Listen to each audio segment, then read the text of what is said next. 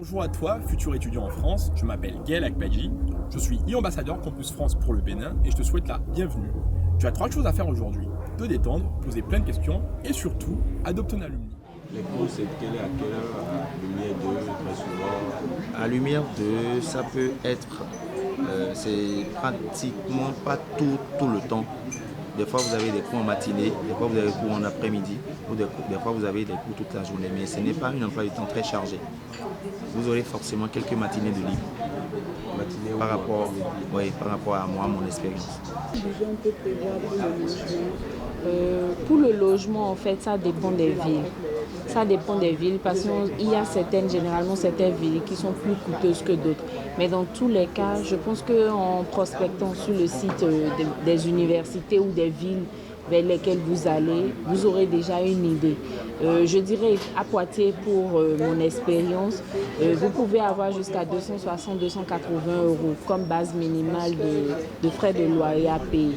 Mais tout dépend du standing que vous voulez. Mais bon, pour une première année en France, vous n'allez pas non plus vous mettre dans le luxe. Il y a plus de gens qui vont en master que j'ai reçu depuis qu'on a commencé, donc ils sont préoccupés par la suite et c'est assez intéressant de se rendre compte que ces rencontres ne servent pas uniquement à aider les étudiants à se préparer pour leur parcours académique, mais que ça peut également être un socle pour en tout cas commencer à construire quelque chose, à enrichir le terreau qui va permettre de faire pousser après leur vie professionnelle. Et tous ceux qui sont passés pour l'instant ont bien voulu garder le contact. Et comme je leur ai dit, c'est un plaisir. Ils peuvent me retrouver sur les réseaux sociaux, ou même en WhatsApp. Comme je vous l'ai dit, quand ils demandent, voilà. Quand ils demandent, je leur donne. S'ils ne le manifestent pas, je leur dis, si vous avez d'autres préoccupations, tapez mon nom sur les réseaux sociaux, vous me trouverez.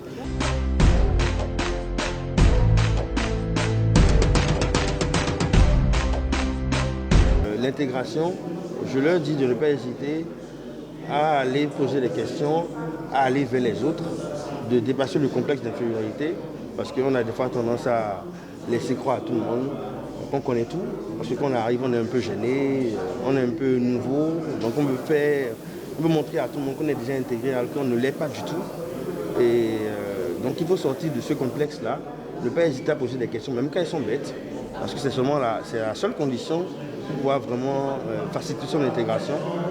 C'est encore mieux en matière d'intégration, si c'est possible, aux étudiants d'être en résidence universitaire, parce que c'est un milieu où il n'y a que des étudiants, ça facilite l'intégration que d'aller dans le privé.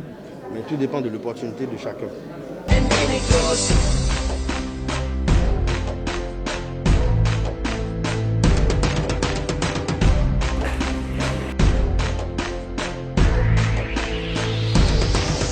On félicite chaleureusement et sous vos applaudissements, bien sûr, les lauréats pour ces passes gratuits qui sont offerts pour la masterclass que propose Régis Cézanne. Un billet d'avion aller-retour pour la France. Monsieur Sidol Awanenou. Voilà.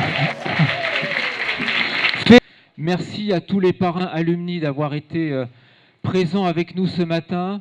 Bonne chance à toutes les étudiantes et tous les étudiants pour votre mobilité et vos études en France.